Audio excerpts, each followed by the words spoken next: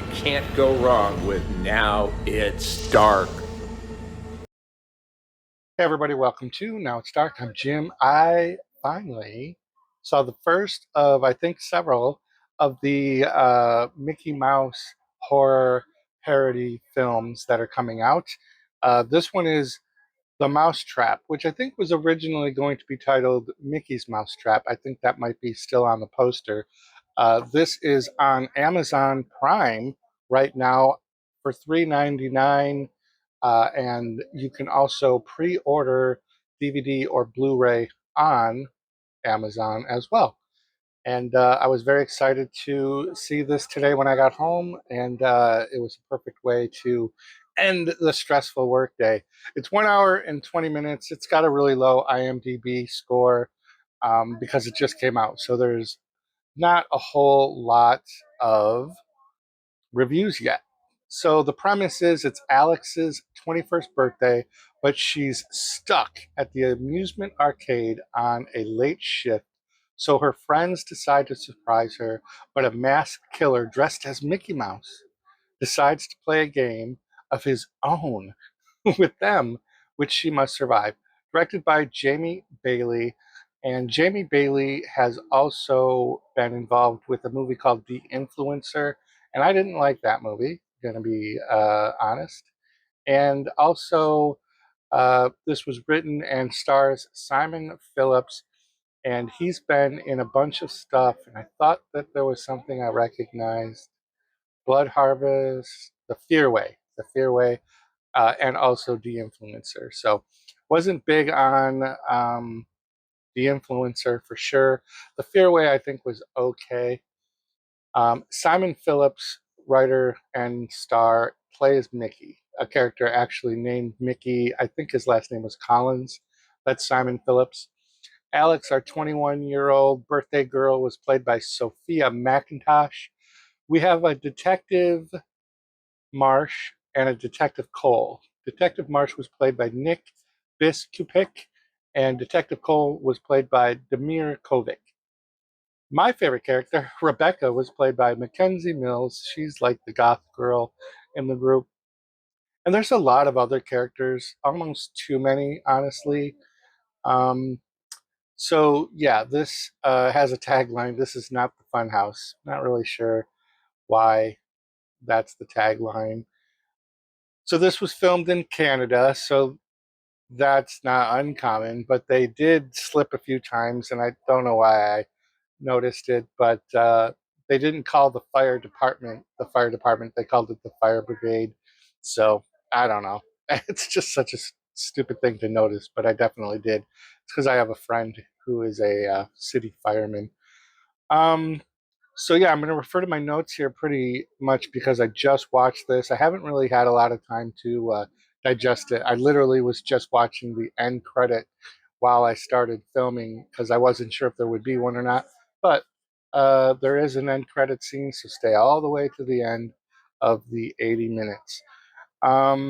So there is a big disclaimer to open the movie, and it's a scrolling disclaimer with a back setting of the stars. So it's a very Star Wars inspired scrolling upward with some cinematic score. And it goes on for quite a bit, just like the actual Star Wars A New Hope scrolling opening narration of story setting. This doesn't story set so much, but it's a disclaimer about how Disney and any Disney property do not have anything to do with this film, and yada yada. And then there's a whole bunch of like written comedy pieces in that. um, I kind of tuned out after like the first couple of lines, I'm not gonna lie, so maybe there was something very funny that I missed in there. And then it opens with the opening credits while we actually get to see a pretty nice copy, a very clear um, copy of the Steam. It's a boot. It's Canadian for it's about Steamboat Willie. It's the actual cartoon. They show a couple seconds here with credits and then another couple seconds, and it changes sides of the screen, which was nice. I wasn't sure that they would go all in to that extent, but they did. But then we go from that opening credits scene to the character Rebecca, who I said was my favorite. And that's just because I was the most attracted to her. And that's sometimes how you get through movies that are just mid level. You got to just pick a character that you want to root for. And while the character Alex, who is like the main female lead, so to speak, it is her birthday that this all happens. I was drawn to the goth girl, but she's being interrogated by those two detectives and about the events of the night. And immediately I kind of was like, are they going to do one of these movies where we're going to be constantly interrupted with interrogation scene and then back to the story, interrogation, back to the story? And sure enough, that's what this movie did. And that was a big miss for me. I really would have liked just a straight up, let's meet Alex. They're working, her and another coworker are working at the amusement arcade, and their boss, played by Simon Phillips, Mickey, needs them to stay late because they got a booking for a party that's going to last 3 hours past their shift, and he asks them to stay. They agree, and then, if we could have just had the movie start and just go, but it kept getting interrupted with these meathead detectives trying to like accuse Rebecca of potentially being the killer. And, it's very obvious who the killer is in this movie. It's not like hidden. It's Mickey Mouse, obviously. And she is not Mickey Mouse. Um, so if you can get through that, at first it happens frequently, and then it kind of, right when you forget that they're doing that, it happens again. And I almost hate that worse. Um, I will say that I'm glad that I watched this on Amazon with no commercials as opposed to the ones I watch on Tubi. Because if this had had commercials, my interest and attention level would have definitely dipped. Because there's not a whole lot of murderous action until much too late into the movie. And at one point, there's so many people at this little surprise party that happens at the amusement arcade at the end of the shift. um, yeah, just, and then they disappear. They weren't killed, they're just not there anymore. And while we think Mickey, the boss, has left for the evening after asking the girls to stay late, he actually goes to another office or area and decides to put a film reel on of Steamboat Willie and watch it. He puts on his high school like hockey jersey. I guess he was formerly a hockey coach, and that comes into play later into the story. And he's watching this, but then he starts hearing things, and someone's talking to him in a weird voice, and he turns around, and it's that Mickey mask that's in a case that's in the trailer. So this isn't spoilery. Like that Mickey mask that's from like 1928 or whatever. It's in this glass case, and it's talking to him and says, "Do you want to see what I see?" In like this weird voice.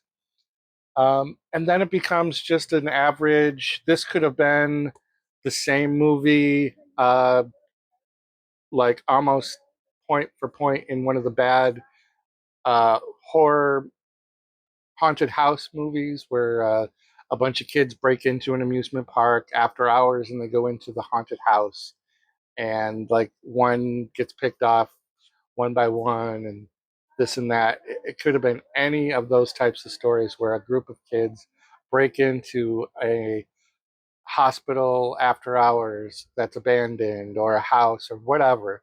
So it's like very familiar story, just unfortunately without a lot of enough of Mickey, killing or even being there. And they created some interesting abilities of Mickey that don't get explained, and I'm not going to tell you what they are, but they were a little also off-putting. I would have preferred, like, I think they would have almost just been better off just making the Mickey character a straight up slasher like Jason or Michael Myers, and maybe they were trying to just be different and creative, and they created like a little bit of a unique story, and I picked up on it immediately because it's not hard to figure out when this one particular thing happens. You see Mickey's reaction to it. So, oh, and also they're locked in. Like all of the doors and exits are locked from the inside, and they don't have the key, so they're trapped in there.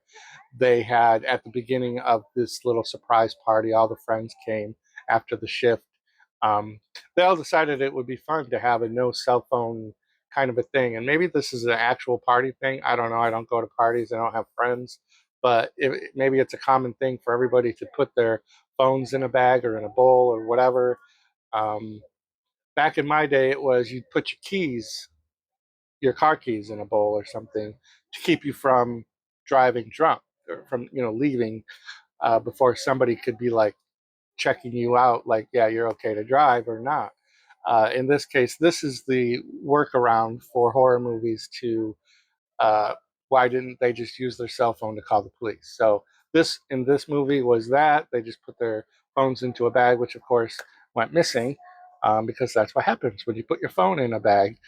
Um, so yeah, we get a lot of interruptions between the interrogation and the group figuring out that they're trapped and that there's less of them, and there's like a red herring of who everyone thinks the murderer is, and then come up, they Scooby Doo the shit and figure out how to take care of Mickey. They think they got it all figured out. It goes right to the wire, and yeah, they think they got Mickey, and then they do a little twisty, surprising ending, which I appreciated. I did like it.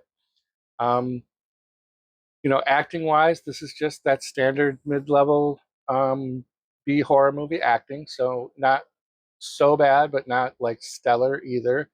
Writing at some points was definitely a little cringe. Some of the conversations, um, filming, cinematography wise, it seemed okay. For again, you gotta down check. This isn't a Christopher Nolan film, but it's the first of many of the steamboat.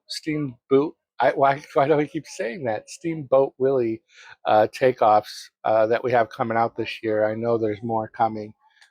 Um, yeah. So let me know in the comments down below. $3.99 on Amazon, or you can pre-order it. I think August 18th was the date for it to ship. Yeah, but let me know in the comments down below if you're interested in this movie. Are you excited about more killer uh, Mickey Mouse?